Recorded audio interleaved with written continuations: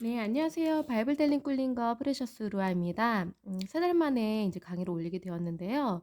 사실 올해 저희 남편과 함께 교회를 개척을 하게 됐습니다. 그래서 교회 개척 때문에 좀 바빠서 이제 강의를 3달 동안 잠시 중단할 수밖에 없었는데요. 이제 좀 상황이 마무리가 되어서 이제 강의를 오늘부터 다시 매주 업데이트를 하려고 합니다. 남편과 함께 이제 남위례역 부근에 교회를 개척을 하게 되었는데요. 이 부분에 대해서는 저희 개인적인 사역 이야기도 인제 쪼끔씩 여러분들과 함께 나누려고 하는데, 일단 레위기 강의가 몇 번 남지 않았어요. 그래서 레위기 강의를 마치고 저희 사역 이야기도 인제 나누려고 합니다. 일단 오늘은 대속죄일 부분에 대해서 들어가려고 하는데요. 대속죄일. 대속죄일은 욤키푸르라는 발음이 나는 단어인데요. 이 대속죄일은 1년에 한 번 있는 이스라엘의 모든 죄를 씻어내는 그런 속죄의 날입니다. 백성의 죄를 부정하게 된 회막을 정결하게 하고 백성 전체의 죄를 제거를 하는 날인데요. 이스라엘 백성은 모든 민족들 가운데서 거룩한 민족이잖아요. 그럼 이 백성이 거룩함을 지켜야지만 하나님의 백성으로 계속 기능할 수가 있는 건데, 이스라엘 백성들도 계속 죄를 지을 수밖에 없는 죄인이기 때문에 그 죄를 처리하는 그 과정이 필요한 거죠. 그래서 이 백성은 계속 거룩함을 유지하면서 거룩하신 하나님을 가까이에서 섬기도록 돼야 되기 때문에 하나님께서 대속죄일이라는 이 날을 지정을 하신 겁니다. 그러니까 장소에 대해서는 이 이스라엘 진영 가운데 지성소라는 그 거룩한 장소가 있었잖아요. 성막이 거룩한 장소였는데, 이 성막 안에 지성소는 더 거룩한 장소였고요. 그리고 이스라엘 사람들 중에서도 가장 거룩한 사람은 대제사장이었죠. 그리고 그 대제사장은 거룩한 옷을 입어야 하는 사람이었고요. 그리고 수많은 가축들 중에서도 하나님께서 지정하신 조건대로 선택받은 그 가축은 제물로서 거룩한 제물이 되어서 수많은 가축들 중에서도 구별된 거룩한 가축이 되는 거고요. 그것처럼 여러 날들 중에서 하나님께서 1년 중에 365일 중에 7월 10일을 구별을 하셔서 대속죄일로 삼으셨습니다. 이 대속죄일은 레위기 16장에 나와 있는데요. 그 전에 10장에 아론의 두 아들이 여호와 앞에 나아가다가 죽은 사건이 나와요. 하나님께서 말씀하시지 않은 것들을 행해서 그것은 바로 범죄, 죄를 범하는 거죠. 그래서 그 결과가 죽음이었는데요. 그게 10장에 나왔는데 11장부터 15장까지는 백성들이 부정한 내용이 이어져서 나왔죠. 그리고 드디어 16장에 지금 속죄일이 나오는 거거든요. 이런 구조는 속죄가 필요하다는 것을, 이스라엘도 지금 속죄가 필요한 그런 죄인이라는 것을 지금 이 구조 속에서 계속 보여준 후에 16장에 대속죄일이 지금 나오게 되는 겁니다.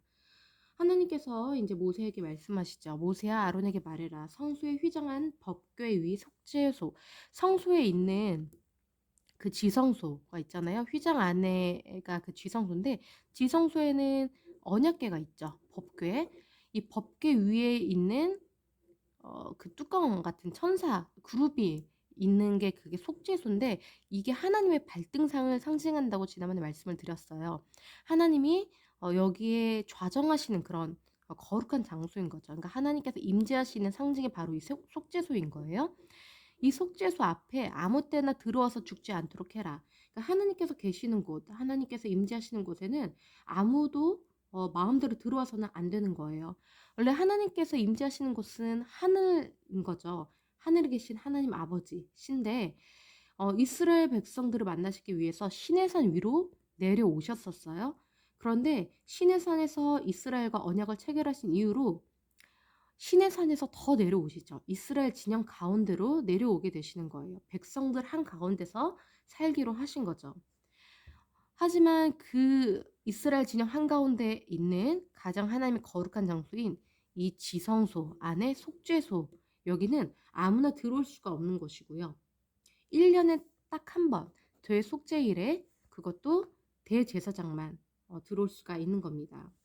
내가 구름 가운데 속죄소 위에 나타나기 때문에 너희는 아무나 내 앞에 들어오면 안 된다라고 주의를 주시는 거고요. 인제 아론 대제사장이 이 성소에 들어오려면 어떻게 해야 하느냐. 대제사장이라는 직책 때문에 그냥 들어갈 수 있는 건 아니에요. 아론도 조건을 맞춰야 되는 거고 준비를 해야 됩니다. 일단 아론도 대제사장이지만 자신의 죄를 해결하는 속죄 의식을 치러야 되는 거예요. 수송아지를 속죄제물로 삼고 수양을 번제물로 삼고 거룩한 세마포 속옷을 입으며 세마포 속바지를 몸에 입고 세마포 띠를 띠며 세마포 관을 쓰라. 그 거룩한 옷을 입어야 되는데요. 이 거룩한 옷은 지성소 입장하는 옷이에요. 하나님 앞으로 나아갈 때 입는 옷인데 평소에는 대제사장이 왕처럼 더 화려하게 입은 그 복장에 대해서 지난 시간에도 나눴었는데 지금 대속죄일에 입는 대제사장의 복장은 평소보다 좀 더 간단한 어떤 덜 화려한 복장이에요. 겸손함을 상징하는 거죠. 어, 왕처럼 하나님 앞에 나아가는 게 아니라 종처럼 겸손하게 하나님께 자비를 구하는 종으로서 대속죄일에 나아가는 거죠. 대속죄일은 하나님께 죄를 용서를 해주시기를 간구하며 나아가는 날이기 때문에 화려하지 않게 겸손하게 나아가는 거예요. 그리고 이제 이렇게 거룩한 옷을 겸손하게 준비해서 입은 대제사장이 수송아지와 수장을 번제물로 준비를 했다면 이 제물을 또 어떻게 준비를 해야 되는지 이어서 나오는데요. 이스라엘 자손의 회중에게서 받을 제물은 숫염소 둘, 속죄 제물, 죄를 대신해서 죽을 그 제물 숫염소 2마리가 준비가 되어야 되고요. 번제물로 수장 1마리가 있어야 된다고 합니다. 그리고 아론은 또 백성들을 위해서 잡는 그 제물과는 별도로 자기를 위한 자신의 죄를 위한 그 제물도 필요해요. 수송아지. 지난번에도 얘기했지만 대제사장이 자신을 위한 그 제물 그리고 백성 회중을 전체를 위한 제물은 더 큰 대가를 요구하는 제물이어야만 해요. 그래서 수송아지로 자신의 죄를 위한 속죄제 제물을 삼아야 되는 거죠. 그래서 대제사장 아론이 자기와 집안을 위해서 수송아지를 속죄 제물로 준비를 해야 되는 거고요. 그리고 이 두 염소, 회중을 위한 숫염소 2마리를 가지고는 제비를 뽑아야 되는데요. 하나님께 여호와를 위해서 제비 뽑은 염소 1마리, 아사셀을 위하여 제비 뽑은 염소 1마리 이렇게 지금 2마리가 준비되어야 됩니다. 그러니까 두 제비를 준비를 해야 되는데요. 하나에다가는 여호와에게라고 쓰고 하나에다가는 아사셀에게라고 쓰고요. 이 두 제비를 대제사장이 항아리에서 뽑는 거예요. 그래서 여호와에게라고 뽑은 그 제비를 염소 1마리 위에 올리고 또 나머지 아사셀에게라고 쓰여진 제비는 나머지 염소 머리 위에 각각 올려놔서 여호와를 위해서 제비 뽑은 염소는 하나님께 거룩하기 때문에 속죄제로 바치는 거고요. 아사셀을 위해서 제비 뽑은 염소는 나중에 광야로 이제 보내야 되는 거예요. 산채로. 그럼 아사셀은 무슨 의미냐라고 했을 때 몇 가지 의미가 있는데요. 광야에 사는 귀신이라는 의미도 있고 완전한 파멸을 의미하기도 합니다.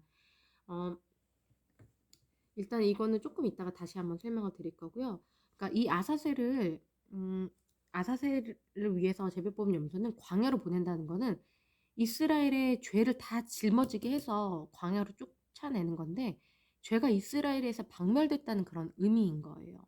이제 이스라엘에는 어떠한 죄도 하나님께서 용납하시지 않겠다는 거죠. 이 대속죄의 모든 죄를 해결해 주셨기 때문입니다. 자, 그래서 아론은 먼저 자신과 자신의 집안을 위한 속죄제를 먼저 이제 드리는 겁니다. 수송아지를 잡아서 자신의 죄와 자신의 집안을 위한 속죄제를 이제 드리고요. 수송아지의 피를 이제 속죄소 동쪽 이제 속죄소 앞에 뿌리면서 이렇게 의식을 치르고요. 두 번째는 이제는 백성을 위한 속죄제 염소를 잡는 거예요. 이것도 마찬가지로 속죄소 위와 속죄소 앞에 피를 뿌리면서 속죄를 하는 의식을 치르게 됩니다. 그리고 이제 세 번째로는 이 염소를 드리는 건데요. 지성소와 이제 회당과 제단을 속죄하기를 마친 후에 염소를 드릴 때에 아론은 염소의 머리에 안수해서 이스라엘 자손의 모든 죄를 아릅니다. 그래서 그 이스라엘 백성들의 죄를 염소에게 전가시키는 거죠. 그 죄를 염소의 머리에 두어 정한 사람에게 맡겨서 이제 광야로 보내야 되는 거죠. 방금 전에 말씀드렸던 아사셀을 위하여 제비 뽑은 염소를 이제 광야로 보내게 되는 겁니다. 민족 전체의 죄를 전가해서 이제 보내는 건데요. 이스라엘의 불의를 지게 한 이 염소를 광야로 보낸다는 것. 접근하기 어려운 땅, 끊어짐이 있는 땅이 바로 이 광야인 건데 다시 돌아올 수 없는 곳으로 이 죄를 짊어진 이 염소를 보내버리는 거죠. 이 지금 염소는 죄를 상징하는 거죠. 모든 백성들의 죄를 다 짊어졌기 때문에 다시 돌아와서도 안 되는 거예요. 어 마치 예수님께서 우리 모든 사람들의 죄를 다 담당하시고 짊어지시고 십자가에 매달리셨는데 진영 밖에서 죽으신 그 예수님, 굉장히 부정한 취급을 받으시고 백성의 죄를 다 짊어지시고 죽으셨는데 이 아사셀 염소도 이스라엘 백성들의 모든 죄를 다 짊어지고 부정하다 취급받고 이제 그 광야로 쫓겨나게 되는 거죠. 이렇게 하나님께서는 철저히 대속죄일에 모든 이스라엘 백성, 대제사장부터 시작해서 이제 이스라엘 백성들의 모든 죄를 다 속죄하게끔 지금 의식을 치르게 하시는 겁니다. 제사 방법은요, 아론이 이제 먼저 자신의 세마포 옷을 벗어두고요, 거룩한 그 세마포 옷을 벗어서 두고 거룩한 곳에서 몸을 또 씻어야 합니다. 깨끗이 씻고요, 자기 옷 대제사장 예복을 입고 이제 나와서 백성의 번제를 드려서 각각 속죄를 합니다. 자기를 위해서 수송아지, 백성들의 죄를 위해서 수염소를 드려서 이제 속죄를 하는 거고요. 그리고 이 염소를 아사셀에게 보낸 자, 그러니까 광야에다가 버리고 온 그 사람도 부정하게 된 거예요. 그 죄를 짊어진 염소에 손을 댔기 때문에 자신의 옷을 빨아야 하는 거고 목욕을 해야 되는 거고요. 그 이후에야 거룩한 이스라엘의 진영, 이제 죄가 없어진 이스라엘 진영에 들어갈 수가 있게 되는 거죠. 자, 속죄제 소송아지, 속죄제 염소의 피를 성소로 들여다가 속죄하였으니 그 가죽 고기 똥은 다 밖에서 불사른다라는 거예요. 죄를 상징하는 거기 때문에 다 더러운 것들은 이렇게 불살라 버리는 거죠.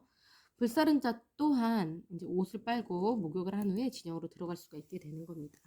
하나님께서 이렇게 속죄일을 제정을 하셨습니다.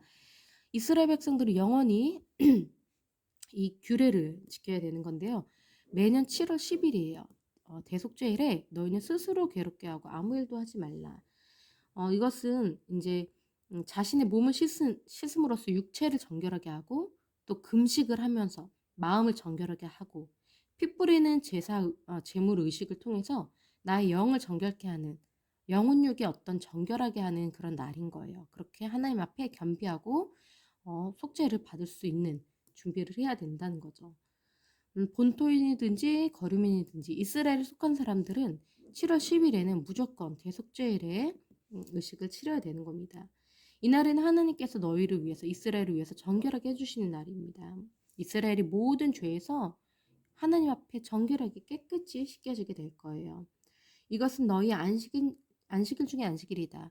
7일 중에 하나님께서 거룩하다고 구별하신 날이 안식일인데 이 7월 10일 1년에 한 번 있는 이 대속죄일은 그 모든 안식일 중에서도 또 가장 거룩하게 구별된 매우 특별한 날이라는 겁니다. 이것은 영원히 지킬 또 규례로 제정이 된 거고요. 기름 부음을 받고 위임되어 자기의 아버지를 대신하여 제사장 직분을 행하는 제사장은 세마포 옷, 거룩한 옷을 입고 지성소를 속죄하며 회막과 제단을 속죄하고 제사장들과 백성을 위해 속죄하라. 이스라엘의 모든 것들은 다 거룩해야 돼요. 이스라엘의 어떠한 장소, 그리고 모든 백성, 개개인, 그리고 제사장 한 명 한 명, 그리고 회막과 제단, 모든 것들은 다 거룩해야 되는데 하나님께서는 하나님께 속한 자, 이 대제사장을 통해서 대제사장이 자신의 죄를 먼저 깨끗하게 씻을 수 있도록 먼저 속죄를 해주시고 또 그 제사장을 통해서 깨끗하게 된 제사장을 통해서 이스라엘 모든 진영을 회막과 제단 모든 진영 구석구석을 다 이제 속죄하게 하시는 거고요. 또 모든 제사장들 그리고 모든 백성들을 위해서도 또 속죄하게 하시면서 이스라엘 진영의 모든 장소와 모든 사람들을 다 죄에서 정결하게 이 대속죄일에 하나님께서 죄를 씻어 주시는 겁니다. 이것은 너희가 영원히 지킬 규례다. 이스라엘 자손 죄를 위하여 1년에 한 번 속죄하라. 라고 했습니다. 이렇게 이스라엘은 대속죄일마다 하나님 앞에 자신의 죄를 씻는 이런 규례를 지켰는데요. 이것은 그러니까 예수님의 십자가 사건의 그림자인 거죠. 이 대속죄일은 십자가 사건이 실체이고 대속죄일은 그림자가 되는 겁니다. 예수님께서 오시기 전까지 이 대속죄일 제도를 통해서 이스라엘은 1년에 한 번 죄를 씻었다고 하나님께 인정받으면서 하나님께 나아갈 수가 있게 되었는데요. 예수님께서 오셔서 이 십자가 위에서 제물이 되어 주셔서 단 한 번의 이 대속죄 이 모든 그 규례를 한 번에 끝내신 거예요. 그래서 이제는 더 이상 속죄의 의식은 필요가 없습니다. 더 이상 대제사장은 계속해서 뽑을 필요가 없죠. 예수님께서 영원한 대제사장으로서 딱 한 번 그 십자가 사건을 통해서 모든 속죄 의식을 그냥 다 끝내버리셨기 때문에 우리는 더 이상 어떠한 대제사장도 필요가 없고 매년 속죄 의식을 치를 필요도 없게 됩니다.